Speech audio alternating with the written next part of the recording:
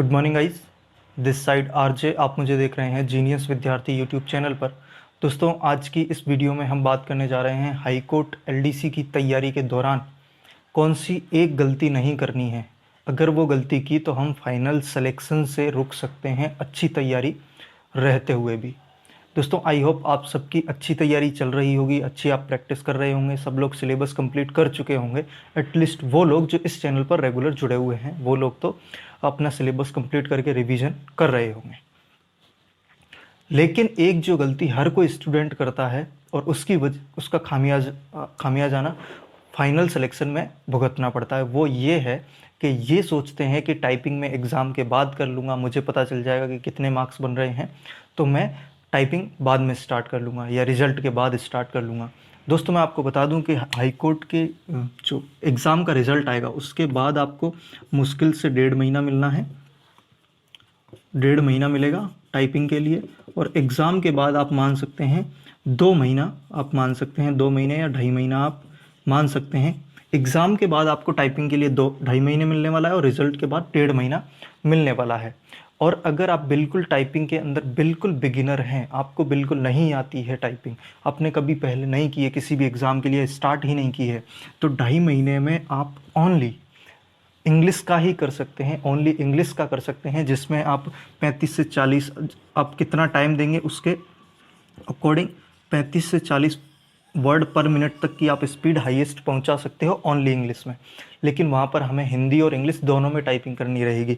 तो इसलिए अगर आप ये सोच रहे हैं कि एग्ज़ाम के बाद कर लूँगा, रिज़ल्ट के बाद कर लूँगा, तो फिर आपका चाहे अभी स्कोर 250 चल रहा हो, 270 चल रहा हो, ये 70 कुछ भी काम नहीं आएगा अगर आप टाइपिंग में डिस्क्वालीफाई हो गए तो दोस्त, इसलिए अगर आपका स्कोर किसी भी कैटेगरी से 200 प्लस चल रहा है, अगर आप टेस्ट दे ही रहे होंगे अगर रेगुलर 200 प्लस चल रहा है, ऐसा नहीं कि एक टेस्ट में 270 आ गए, एक में 180 आ रहे हैं, तो ऐसा नहीं। अगर आपके रेगुलर 5-6 टेस्ट में 200 प्लस 210 प्लस चल रहा है किसी भी कैटेगरी से, तो आप टाइपिंग को अभी 2 से 3 घंटा, अगर आपके स्कोर कम चल रहा है, 200 के आसपास चल रहा है, तो आप इसको पढ़ाई को ज़्यादा टाइम दें और टाइपिंग को 1-2 घंटा देते रहें।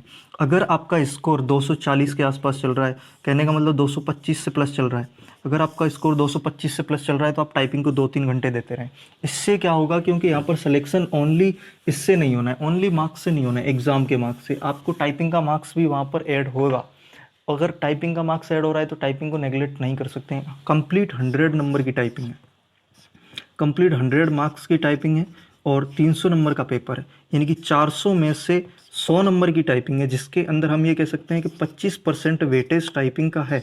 और इसमें अगर आपने अभी से स्टार्ट नहीं की, हिंदी में टाइम लगता है दोस्त अगर बिल्कुल बिगिनर हैं तो इसलिए अगर आपने अभी से स्टार्ट नहीं की तो इसमें डिस्क्वालीफाई हो जाओगे, और आप चाहे पेपर में 270 नंबर लेके आ जाओ, आपका वो मार्क्स कहीं काम नहीं आएगा।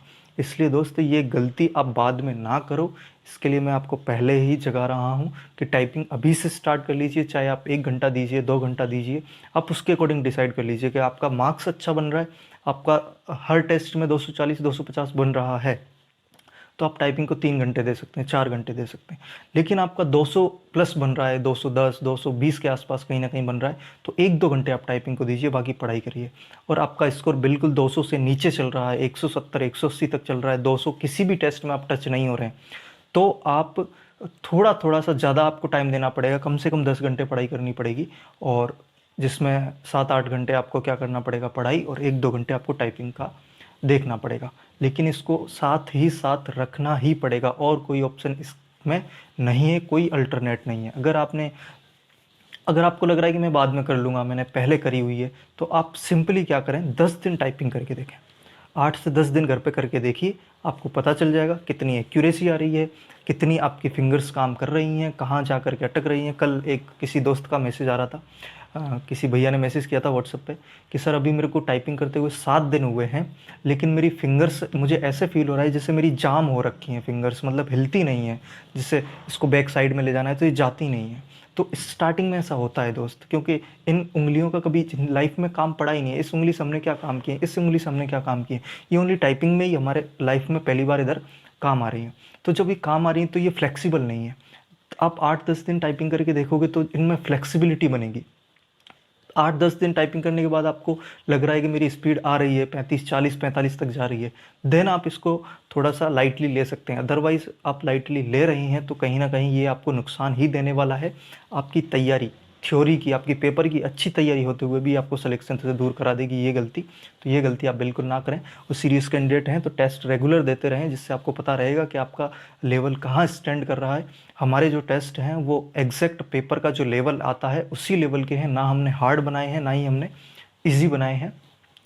तो अभी ऑफ़र चल रहा है, दिवाली ऑफ़र चल रहा है, तो मात्र 60 रुपीज़ में आपको 30 टेस्ट मिलते हैं, जिसमें 13 अपलोड हो चुके हैं। बाकी एवरी वीक 2 टेस्ट अपलोड होते हैं।